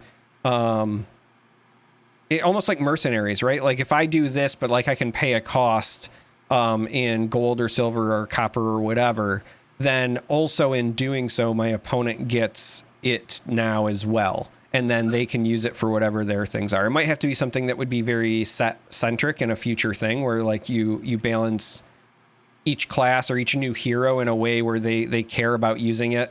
And it doesn't have to be the monetary stuff too. It could be its own new thing, but I love that give and take. I love that my decision isn't just based on like what are the effects of the card I'm doing, but also what can my opponent potentially do when I give them these resources. It just creates an extra level of tension.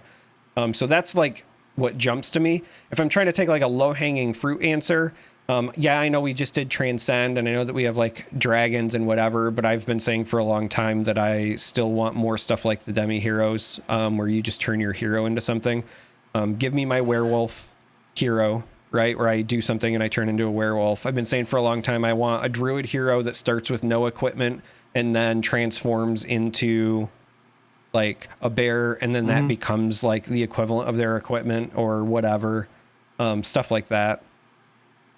Yeah. The thing that I've always like, and I'm probably the only person in the world that enjoys these things, or I'm one of few, but I always love time bomb mechanics in games. I always think they're fun. And the ones I always enjoyed the most were the ones where when you play the card with the time bomb mechanic, you get some outsized effect, but the time bomb is going to do something to you. So a saboteur, bombardier type of class would, or some form or fashion of mechanologist would do that, where it's like, okay, here's this big thing. Hopefully it did enough, because in 3 turns, it's going to deal X to me that I can't do anything about. Or, I play this and it reduces, you'd have to discard a card, but in 5 turns, it's going to, or you have to discard your hand or whatever. In 5 turns or 3 turns, it's going to reduce my intellect by 1. And also intellect manipulation is something that I kind of want to see. Mainly because I think that if you do it in parity, so with, I'm going to reduce both our intellects by 1. If you do it in parity, it could have an interesting effect on, the way the game works when you're like, okay, I think that I'm going to be better in this matchup at playing with 3 cards than my opponent is. So I'm putting this in. And then you use that as a strategy basis. I think that's also fun.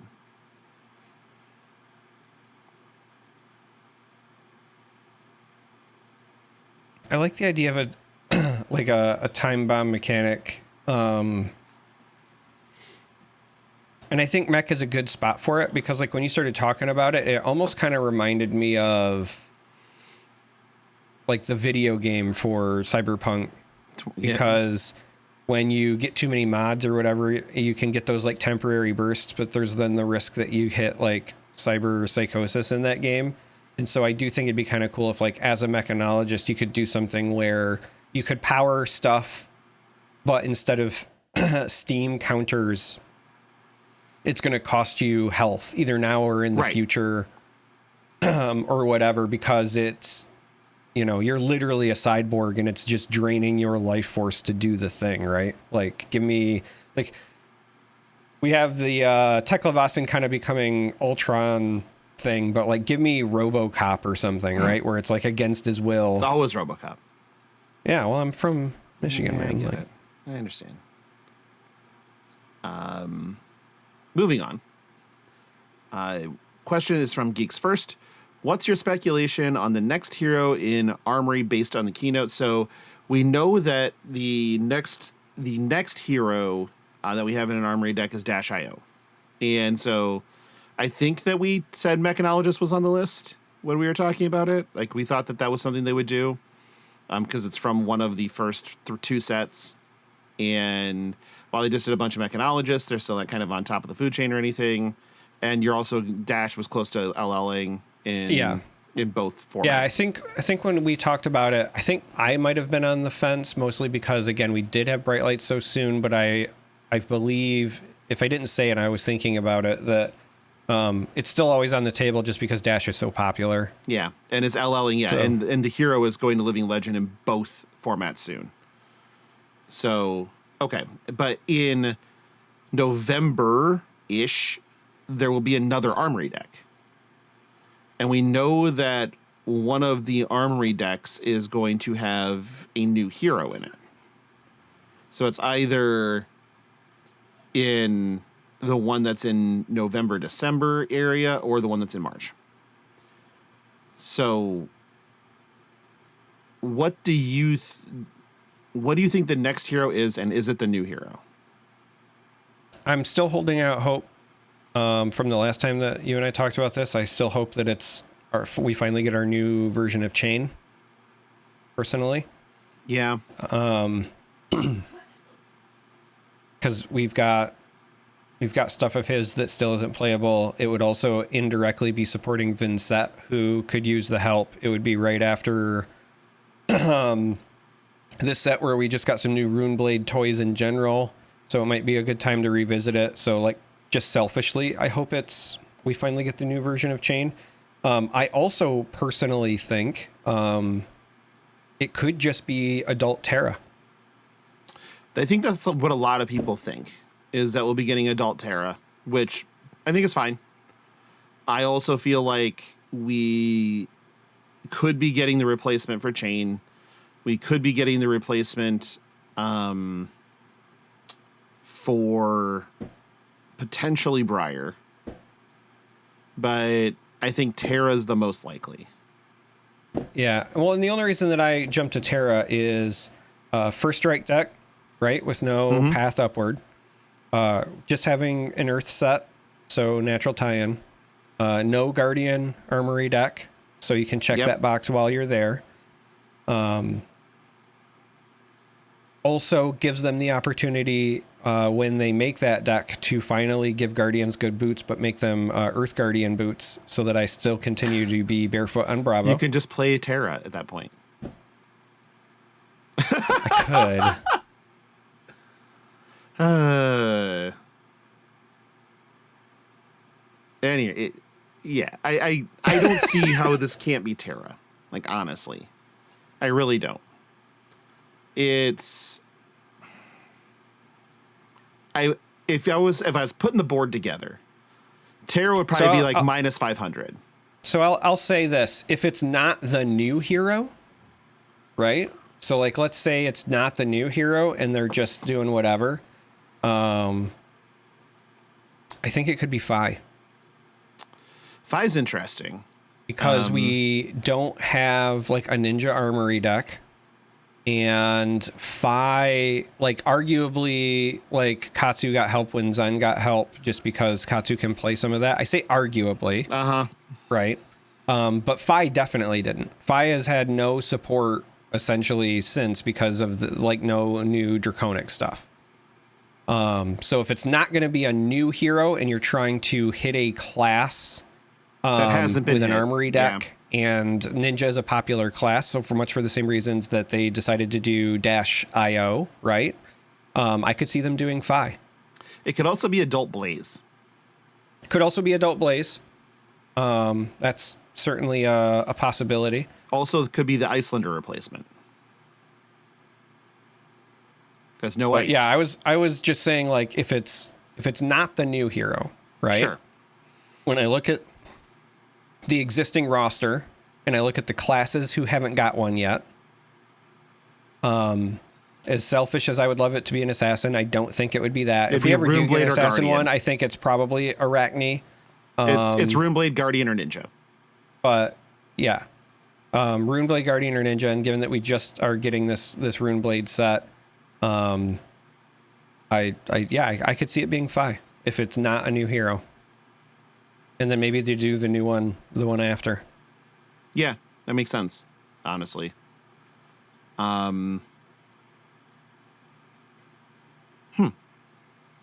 Okay. There was one that was asked, sent to me pseudo-anonymously. They just asked I didn't use their name or whatever. But the question was, how do you handle public figures and edits / criticism / feedback / callouts and social stuff like X and remain above board? So some people loaded question time. We don't? That's not true. We do. However, yeah, but not by accident. By curation. And yeah. Okay. I guess by curation is another thing too, but I just mean like we're not like above board because it's a calculated, methodical thing. As evident by my, hey, if you think content creation does not include cosplayers, go fuck yourself rant from earlier. In case you didn't notice, sometimes we get heated too. No, like we're all human. I think this is more of like, you get somebody on who says something that is absolutely out of pocket using, language that is clearly unacceptable and or denigrating a portion of the community. And we curate pretty hard when it comes to the people. We're not an interview show. We're the Two Idiots show. Now, we do occasionally have people on because it does make things more interesting, and a lot of times it's topical or it's man, we don't have a lot to do here, so guest time. But the curation is the biggest part. We're not going to have somebody on that we feel like would even be likely to say something that we would feel like that's too far. And if they did, and if we decided, because we control the final edit, it doesn't ever have to hit the air. But if we decided to keep it in, it would be kept in with us blasting the ever-loving shit out of them from fucking orbit on the show. Because as Charmer's rant before might have informed you, we have zero compunction about just blasting. So the way that you handle those types of things is you have to understand what your role is. And as a host, your role is to control the final edit, understand that some things aren't meant to be heard by other people or it shouldn't be said in the first place.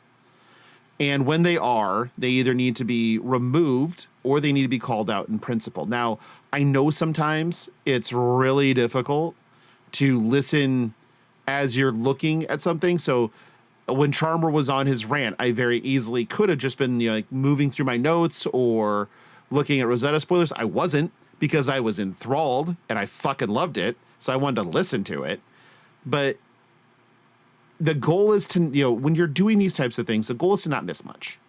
The goal is to make sure that while the conversation is often going to be off the rails, or if the conversation's often going to, split into something else completely, it's knowing when you can rein it back in, or when it's just good radio. Fuck it, we ball.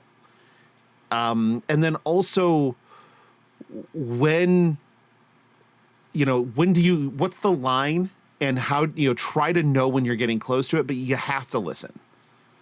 And that's the hardest part, because sometimes you can get caught multitasking too. I try not to, but it does happen.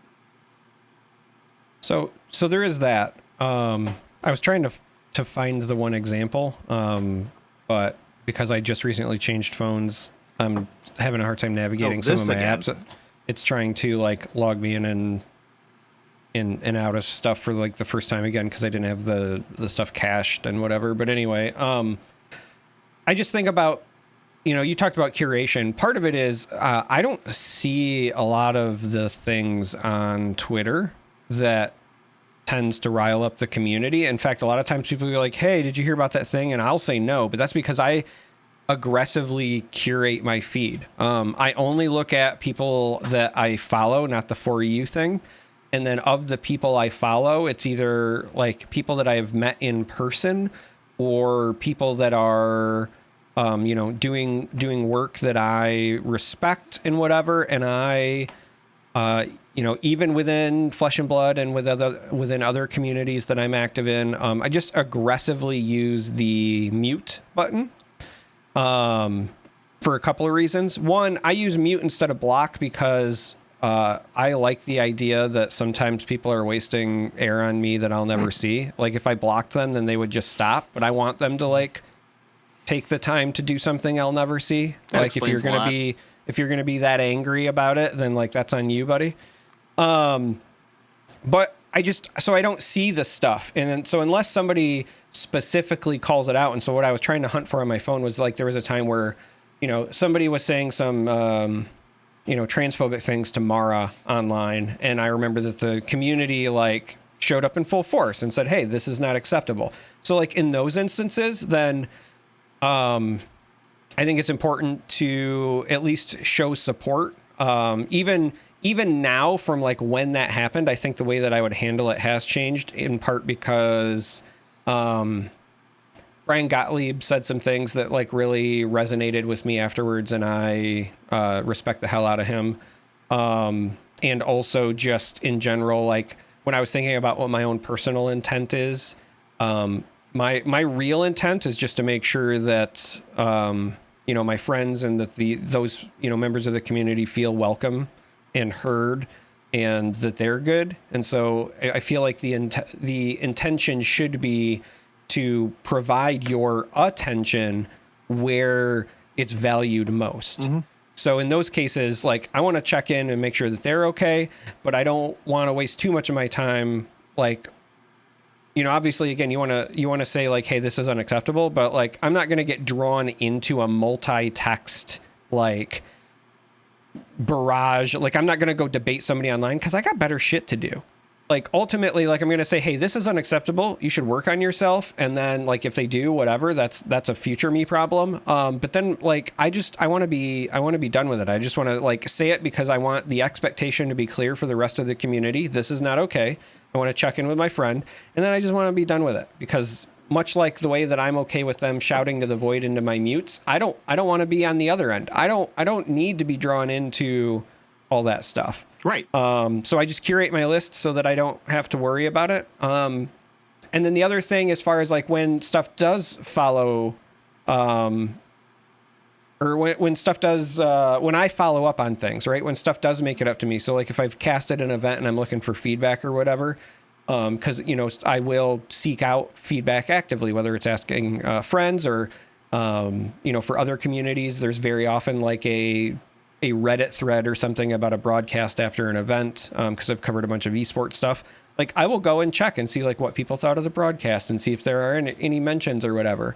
But the trick is, and it's not easy, I'll also admit that it takes time and experience to get to this point, but the trick is to know what is valid feedback and what is people just being grumpy and angry, right? Understanding that like not everything is for everyone and I might just not be somebody's cup of tea and that's okay. But where are the things that I do think I can improve on based on, what people have said, right? I don't want to say all criticism is useless because it's not, but you have to know like what is valid. I try to also really just kind of lean on, even if you don't know the person, you can kind of get a feeling for it. But I try to lean on that old adage of like, don't take criticism from anyone that you wouldn't take advice from. And so, if it's actual constructive feedback, right? And you can tell that like they're going into it with an earnestness because they want something to be better. Honesty. Yeah. Right? Yeah, exactly. Then that's one thing. But if it is, just somebody popping off and, they're talking about stuff that they don't understand and venting and whatever, like you gotta learn to ignore it, unfortunately. Like it sucks to just say like, ignore it because like, I understand how unhelpful that is, but it really is just a learned skill. Where you just have to kind of know what kind of stuff you value and what you don't. Yep. I think that is exactly where I think that's well said. I mean, there's not much to add to that, honestly. I think that's just a good mindset to have so you don't get bogged down in the fucking morass of everything that's out there. It's hard. Yeah, because I've definitely had friends and certainly like other casters that I have worked with and whatever that have been like very much bothered by criticism. I've had folks that would read every Reddit thread about themselves. I would have I worked in esports with casters that would like watch Twitch chat while live, which is something that I very much try to avoid. I'm getting back to where I'm somewhat okay with it. The last event that I did with Ethan, he would put it on for like breaks, which I think is fine. Like when you have a lull and you want to have an opportunity to interact, I think that's fine. But like actively watching anything like while you're casting is just a surefire way to make your performance worse, in my opinion. Because one, it's taking your attention away from the impact, but also it's like a recipe for changing who you are in an effort to appease whoever's the loudest, right? Right. Yep. Like you might be changing the things that you do because 10 people are complaining, but there might be, 100 or 1,000 sitting there silently who were just fine with what you were doing before. Right. It's just not. So I usually try to avoid it. I liked the way that Ethan did it. And then when I worked with WePlay, who everyone in their production stuff was fantastic. They had somebody in their production team that would read the chat and then they would like bring you the relevant things to incorporate in if they thought it was a funny gag. Yeah. When I've worked with Ethan, I think it's only been once. I would do it 1,000 times, by the way. And yeah, he was basically in our ear with, hey, this is something somebody said on Twitch chat. I think it's a good thing. Right. And rather than having the chat in front of us, which thank God. But yeah, we used to have we used to have things where like when we would take a break during the artifact thing, not only would they like bring us the relevant stuff, but they would sometimes like print stuff up. Like one time they found some like Reddit thing because I guess production had kept zooming in on my face in the first artifact tournament. So they printed out what somebody had posted on Reddit, like with their username and everything. And it said, please stop zooming in on Charmer's face. And they put it in front of me when we came back from break. That's awesome.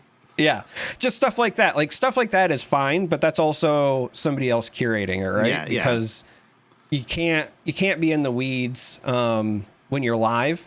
And honestly, so the other thing I would say is do some self-reflection and just like know if it's a good time for you to deal with feedback at all. Yeah. Because sometimes we're just not in the right mindset and like that's okay too. And if you see something on Twitter and you're like, hey, like I don't know how I feel about this, like it's totally okay to just close the app and come back to it later. It's not going anywhere. No, it's not. Like it's okay to collect yourself. It's okay to marinate on your thoughts. You don't have, much like you don't have to be an expert on everything. You also don't have to immediately respond to everything. Also true.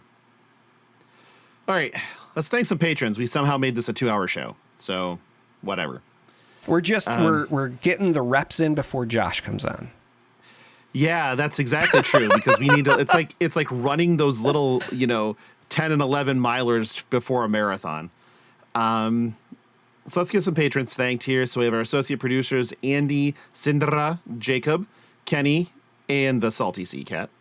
Then we have our executive producers on up. We have Blazestorm, Dom, Lance Good Thrust, Matt Tutokes, Pucks on us, Vintox, committing to the bit, as he says in here, Papa Mike, Philip, Rich, and Sergeant Swanson. If you'd like to be a member of our Patreon, you can go to patreon.com/fleshandpod. Link is in the show notes. There are, I don't fucking know, some number of tiers. But You can join any of them. Lots of tiers. There's plenty of those. There's plenty of tiers. Yeah, there's lots of tiers. There's all kinds. They're dripping everywhere.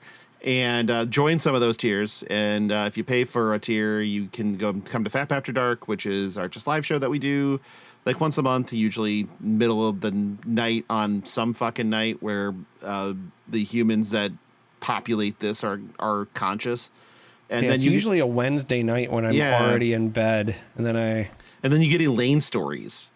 Now, I missed that one. I was really sad. There was some, I mean, she gets up to some nonsense, and so it's a really good time. So if you are on the fence, just know that it's a very good time.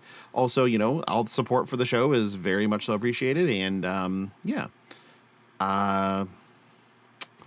know. I don't think I got anything else. Do you? No, I don't think so. Where can they find, I guess if you contact the show, I forgot to do this part. You can always just email us at flashpod@gmail.com. You can find us on Twitter @flashpod. Best thing you can do is come into the Discord, and link is in the show notes. Free to join. Don't have to be a member of the Patreon or anything else. And then you can join one of all the stupid fucking channels that we tend to, populate with our dumb thoughts and opinions. And it's a lot of fun. I really do enjoy all of it. So just join the Discord. Come hang out. And I promise you nothing. I actually don't promise you jack shit. Charmer, where can they find you? You can find me on Twitter, unless I muted your ass. You can find me in the Discord, and you can ping me. Or if you're thinking about me, you can just ping Jordan. That makes me happy too. You can find me not cosplaying, but not because it's not content, just because I am untalented. Same here. I mean, like YouTube, Twitch. I don't know what else to say. No, I got all nothing. of the places. Send me smoke signals. I guess if you need to contact me personally, Discord. My personal Twitter is @Logan Peterson. It's not private. I do miss circles. Oh man, I miss circles so much. Circles. Jesus Christ, the things that we would get up to in circles. Fuck me. I remember when I deleted my Facebook account completely and went solo to circles. Like that was all I was going to use. Yeah. And then it died. And then it was taken away from us. But yeah, so that's all we got for this week. So if you want to join these two talentless fucking hacks for episode 145, we'll be here next week for episode 145. I will have just come back from the world premiere in Tampa if I don't get Boeing. So thanks a lot. We'll talk to you again next week. Bye.